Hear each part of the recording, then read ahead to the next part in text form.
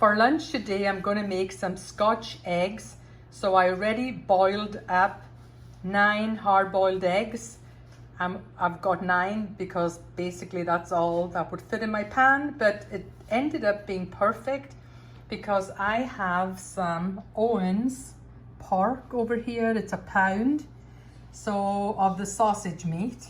So I took the Owens sausage meat and I just made 9 balls of the sausage, which I'm going to then cover my eggs with.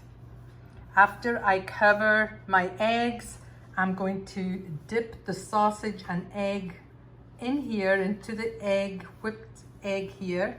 And then I've got some wonderful breadcrumbs for a change. I had 2 choices. Well, there's all kinds of choices. There's the spicy buffalo, and this is of course the pork skins. Or the one I went with was the barbecue pork skin rinds. And all these have 0 carbs.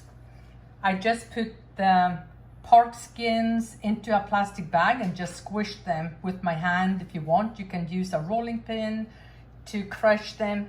And I've also decided to I think try half of them with some grated Parmesan cheese.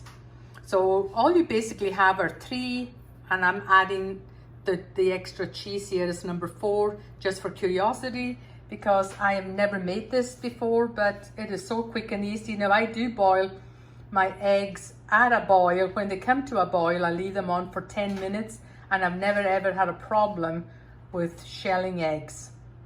I'm going to show you quickly just how easy this is to do. You just get your ball of your pork, and a little trick is real quick is to get some saran wrap, just a little bit, and because otherwise your meat will stick on your countertops, and this just makes it easy. So I'm just going to flatten it real quick, keep it round, and then with the saran wrap it works out easy. I lift it up like that, then I just get my egg, put it in the middle, and then just start molding the meat around your egg.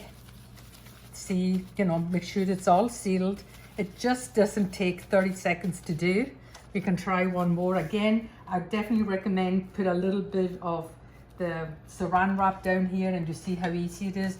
Just get it, press it down,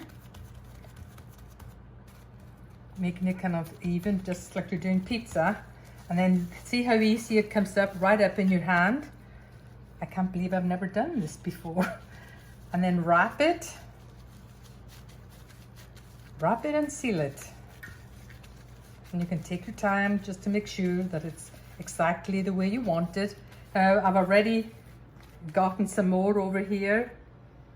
Going to go and bread it, so I'm going to go dip it here in my egg real quick. And then I'm going to go just put it into the pork rinds, and beautiful. I think this is going to end up being so good. Just keep going like this. Just goes really fast. I do have my oven on at 370 degrees, and when I'm done with all this, they're going in for 25 to 30 minutes. This time I'm going to wipe my hands, and we can do the same thing, and I've just taken the Scotch eggs out of the oven and put them on this plate just to cool a few minutes, and then we're going to sample a couple of them, the one with the pork rinds and the other with the Parmesan cheese. Bill and I have eaten Scotch eggs on numerous occasions, but only in the restaurants, and I think they may deep fry them. Of course, that could be an option, as long as you all make sure that you're using the correct type of oil when you're deep frying. So these hopefully will work well being oven baked. Again,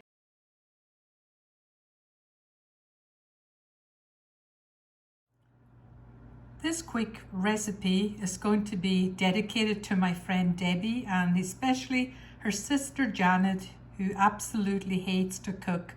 So it doesn't come any simpler than this. She's in the mood for something crunchy.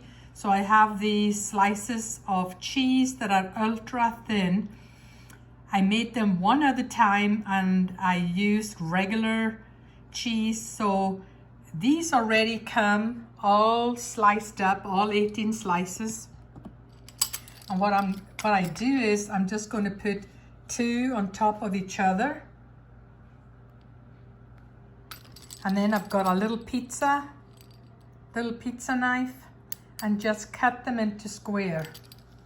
This is crazy easy with only one ingredient, and we're going to make hopefully some nice crispy chips. And this really makes a lot. And then all you do is get your cookie sheet and then place all your little cheese on your parchment paper. I'm going to put this into the oven at 400 degrees for 6 or 7 minutes. It may take a little longer, but we don't want to over bake them. So we have to keep an eye on them after 7 minutes. I can see them bubbling away and they've only been in there for 4 minutes. I just took the cheese crackers out of the oven. Again, 400 degrees. They were in for exactly 6 minutes. And they, as you can see, one is missing already and it's already crunchy. But I would leave them sitting here for 2 or 3 minutes just to cool down. I would definitely recommend to have a timer, because if you leave it too long, it's going to get burnt.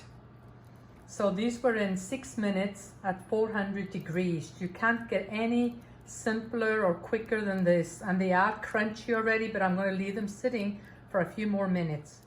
Since the oven is on, I'm planning on making quite a few more trays of these, as it was definitely a success. I'm going to do something a little different too, that you can change it up. And this is just real Parmesan cheese. I went and grated the Parmesan cheese. And I'm just going to put a little of this on the bottom. And I know it needs to be not as close. The cheddar cheese doesn't seem to, move around much. It stays pretty to that same size. This is going to spread out a little bit more. And then I've got, this just sounds interesting to me. I've got this everything bagel. And I'm going to put a little bit of the little bit bagel on here, because you can do whatever you want really, just to see how if it flavors it up a little. I'm going to keep 2 plain. You can put whatever spices you want on there, but for Janet this is as simple as it gets, and it really does have a really nice crunch. If you only have the one cookie tray, remember to wait until the tray is cold. This is a second one I've got here, and the first cheese crackers I put in there, they're still sitting there for a few more minutes. So this would go nicely with, you can do guacamole or salsa. Oh, I'm sure even just dipping them in cream cheese might be good. This is my second lot that's coming out of the oven, so I'm going to do the same thing and leave it sitting here for 2 to 4 minutes to cool down and crispen up. And then I'm just gonna keep going here. I've got another tray right here ready to go, and the ones on the bottom are the Parmesan cheese, and you can see how nice and crispy they are. It's just nice and crispy. So I've got my gloves on as I'm going to keep going, and they'll be handy if I get company. Again, it's very important that you get the ultra thin. They have them in all different kinds of cheese. Pepper jack. That would be a really good cheese with the spice already in.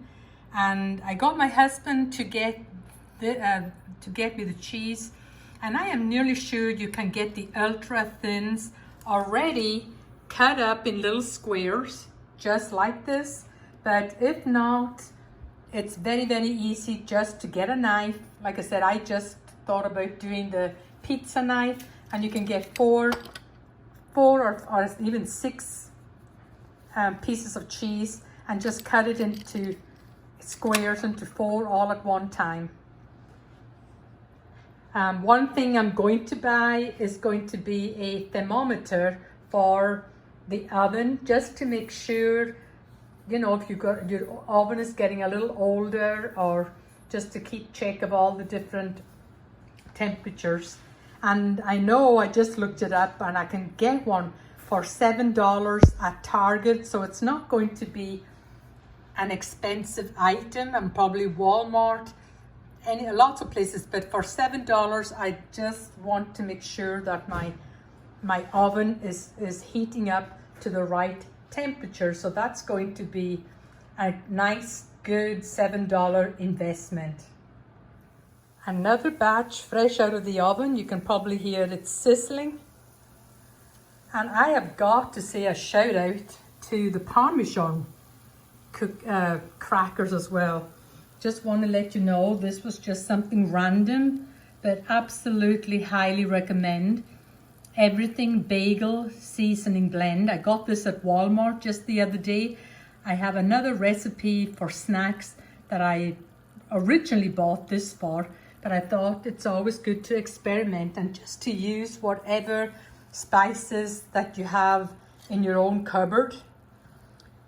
So it'll be fun just to experiment with all different types of cheeses, but it doesn't get any simpler than this, and there's no, the cleanup is just zero cleanup pretty much.